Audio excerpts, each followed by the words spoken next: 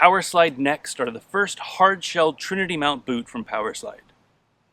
But are they any good?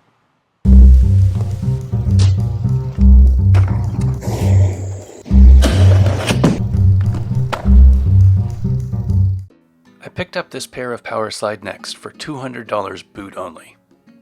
They feature a 45-degree ratchet buckle, an internal shock absorber, and a removable liner. The Next features the Trinity mount system, which makes them compatible with all Trinity mount frames. I set them up with some 4x90mm frames. They come with the MyFit recall liner, which is heat moldable for a custom fit. This process is really easy with a home oven. Simply set it to 190 for about 8 minutes.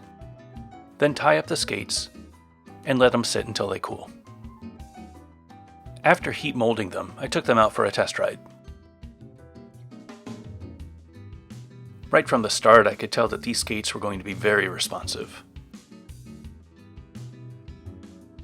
Getting some fairly good speed and making some pretty tight turns around these corners. Absolutely no problem, no loss of control. Felt really solid on crossovers, no wiggle, no heel lift or anything. The 4x90mm frame is my favorite length. I'm a size 44 and it fits me perfectly. Really nice and stable on landings. One of the things that you find with a 90mm wheel is you get a lot of coast, so you can get to a top speed, and once you get there, you don't lose speed very quickly. So you can see on this downhill, it really just keeps getting faster and faster and faster. I did notice that after skating them for a little bit, I had to adjust the buckles to make them a little tighter. I've heard they take a few sessions to break in, so this was expected, but definitely noticeable. Once I dialed in the fit though, they started to feel really good. Super comfortable, really fun to skate. Skating with these really felt effortless, very similar to how I feel on ice hockey skates.